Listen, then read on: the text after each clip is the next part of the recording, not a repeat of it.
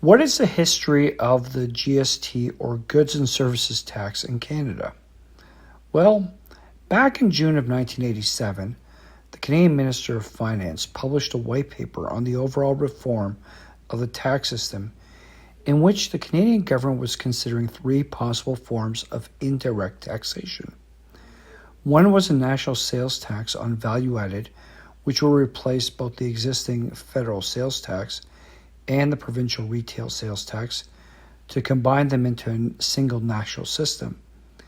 According to the white paper, this solution would afford an opportunity for the federal government and those provinces choosing to participate to integrate their sales tax systems into a single national system. The other two options proposed were exclusively federal sales tax, a goods and services tax without exemptions, and a European-style value-added tax, or VAT, under which certain goods and services would be exempted.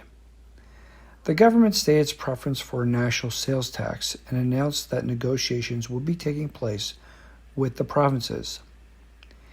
In March of 1988, the House of Commons Standing Committee on Finance and Economic Affairs published two reports on the June 1987 reform proposal.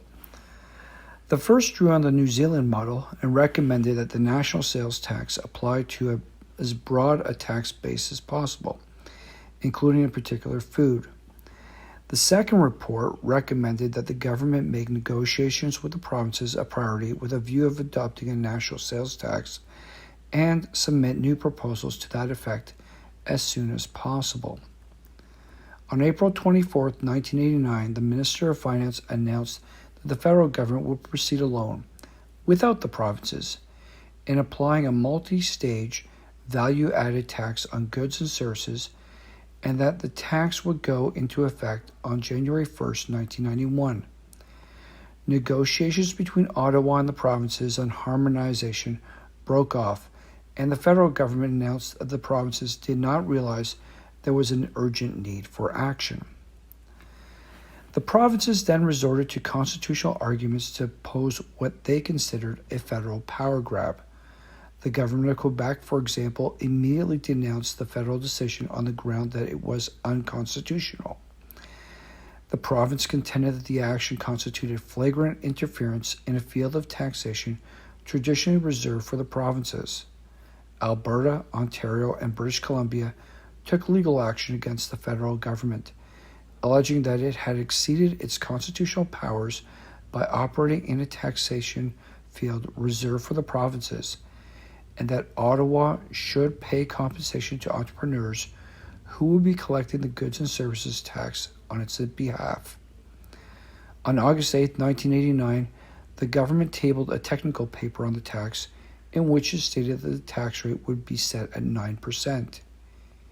In November of 1989, the Standing Committee of Finance supported the government proposal to replace the federal sales tax with the goods and services tax.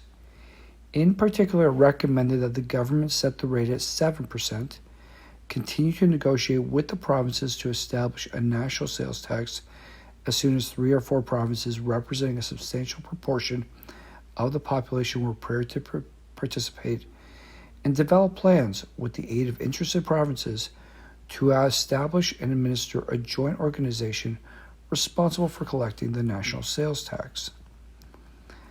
The provinces continued their vigorous opposition to the adoption of the general goods and services tax and to the idea of harmonizing it with their respective provincial sales taxes. They continued to accuse the federal government of interference in the consumption taxation field, which they considered their exclusive jurisdiction.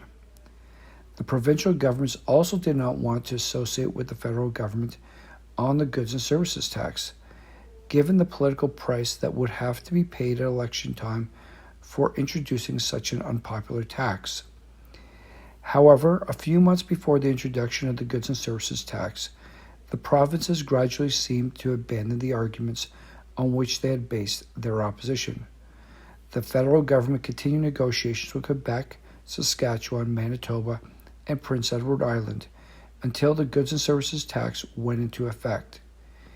On August 30th, 1990, the Quebec and federal governments announced the signing of an agreement under which Ottawa would transfer to the province full responsibility for the administration of the goods and services tax in Quebec, and the government of Quebec would harmonize its provincial sales tax base with that of the federal tax. The new Quebec sales tax, or QST, was introduced in two stages.